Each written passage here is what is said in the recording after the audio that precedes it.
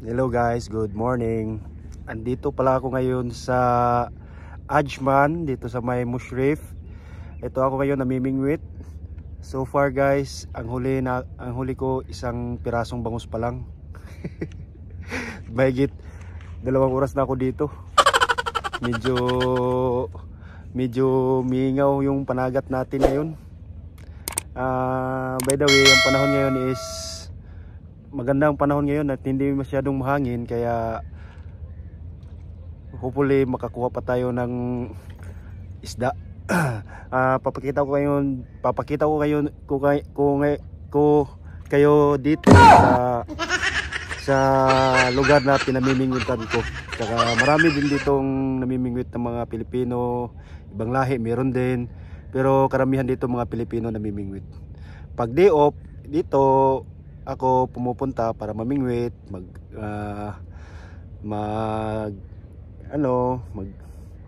kumbaga mag lingaw-lingaw at saka pag-ulam na rin. Kaya sana makahuli pa ako ngayon ng marami pang isda.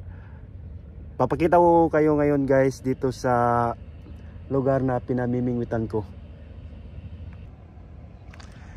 Ito pala siya ngayon guys, oh. Marami ngayong bangus guys. Pag ganitong panahon na medyo hindi pa malamig, medyo may init-init pa, marami pang bangus na naglalabasan. Kaya sa makikita nyo, ito yung dagat, oh, napakalinaw. Oh. Ito, fishing area talaga to guys, pero minsan may sandali, nakahuli tayo guys, oh.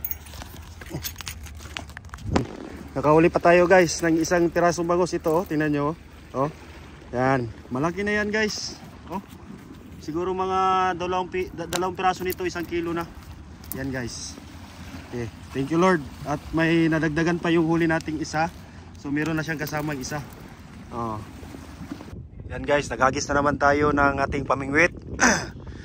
Tsaka ito, sa makikita nyo, may mga ano dyan. Mga yan, yung pula na yan, yung pula tandaan. Pag nag-alog-alog na yan o hinihila-hila na yan, babaon yan sa ilalim ng dagat. Tsaka ito, dalawa yung pamingwit natin yan, para yan sa bangus. Ganyan ang setup ng bangus guys. Ito medyo mahangin na dito ngayon. Sa harap pala nito is port ng mga yate, ay yung mga speedboat, tsaka yung mga bangkang pamingwit, bangkang yung pang dagat, mga fishermen. Yan, oh.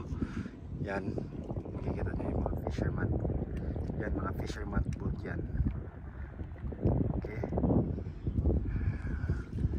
Oh. Then makikita nyo rin dito na banda sa gilid ko is maraming mga namimingwit din. Yan. Sila. Oh.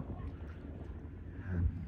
Kasi ngayon Friday, usually mga worker ngayon half day lang. Minsan yung iba pala wala pang pasok, kaya dito medyo meron tao. Pag weekend guys, puno to dito. Ito. Diyan, doon sa dulo hanggang dito. Oh, hanggang dito yan. Yan. Yan. Hanggang dito puno yan ang mga namimingwit. Pag weekend, Sabado at saka Linggo.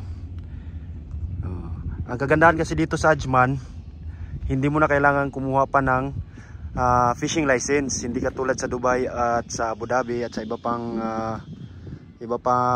Emirates. Hindi ko alam sa ibang Emirates. Ang alam ko lang dito sa Ajman na hindi na kailangan ng fishing license. Kaya marami dito ang namimingwit na pupunta. Yung iba dito, taga Sharjah, taga Dubai, taga Al Quwain. Yan. Okay. So sa ngayon, yung huli natin is 2 piraso na. Yan, oh. Bangus, milkfish. Medyo malaki na rin siya. Siguro nasa 3 piraso 1 kilo na. Ito. Okay.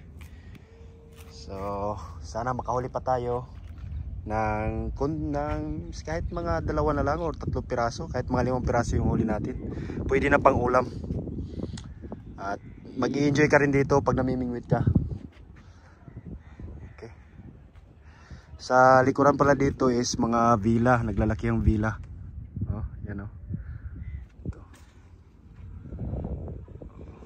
Yan, mga naglalaki ang villa yan. Ang mga lokal.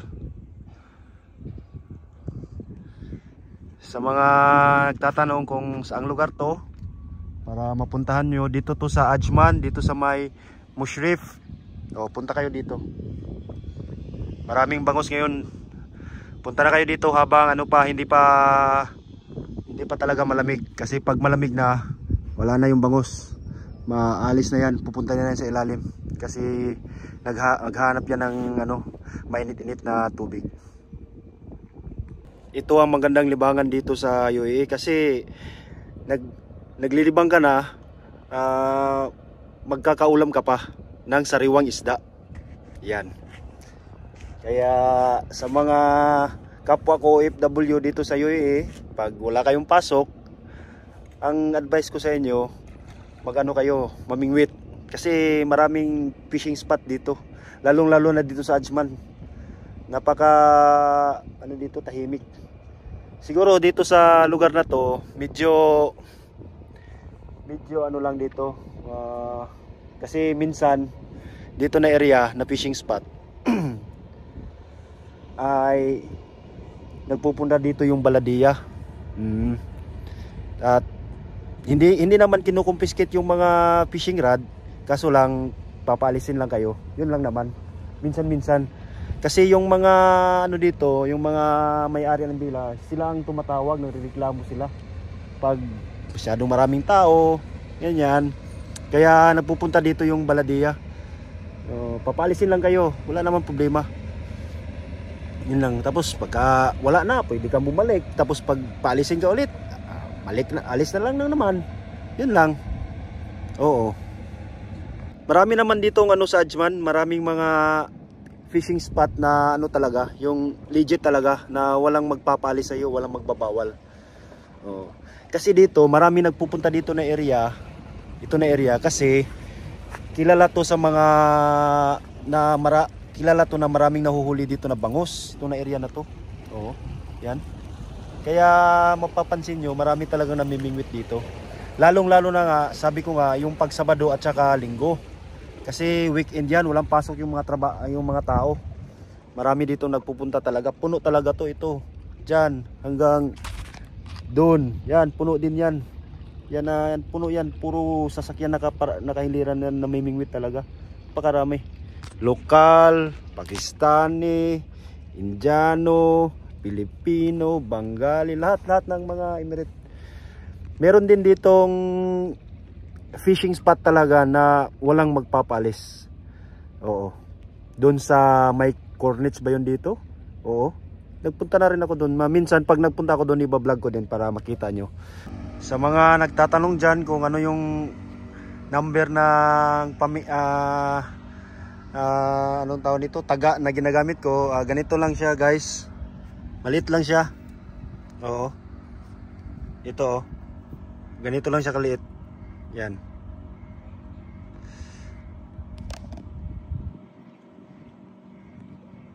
Hindi siya makita.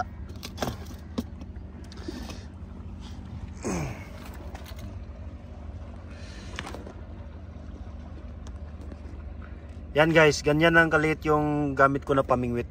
Oo. Ito lang. Yan. Kaliit lang siya. Number, anong number nito? Ganun lang siya kaliit. Tapos yung yung pamain natin, ito lang tinapay. 1.75 dirhams, ganito na kalaki. Marami yan. Pwede mo pang kainin. Pag hindi maubos sa pagpain, kainin mo na lang. Yan tinapay. Yung iba dyan nagtatanong kung paano maglagay ng tinapay sa bingwit. Ay, napakadali lang po. Ito yung tinapay na yung sinabi kong tinapay, i-ano mo lang yan, i-flat mo lang, tapos ilagay mo dito sa bingwit. Okay, ganyan lang, easy peasy. Yan lang. Hindi yan malalaglag kasi didikit yan sa bingwit. Okay, so 4 na piraso, 4 na tinapay. Yan. Napakadali. I-cover mo lang yung ano, yung bingwit talaga. Fully cover para hindi makita ng bangus. Kasi pag nakita niya ng bangus, magsasabi ang bangus, ano yan? Bingwit yan. Kaya dapat full cover talaga siya. Okay. Subukan nating maghagis. Ay, maghagis tayo ng isang hagis pa. Pag wala pa rin, uwi na.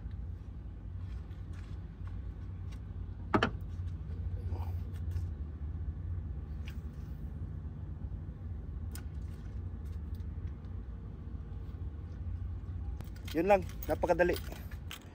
Yan o, makikita nyo, ang daming bangus o. Ito mga ano niya, mga sisiw to ng bangus. Yan. Yung mga nanay niya na dun sa medyo malayo-layo. Yung mga anak nila, dito yan sa malapit. O, nakikita nyo ba yan?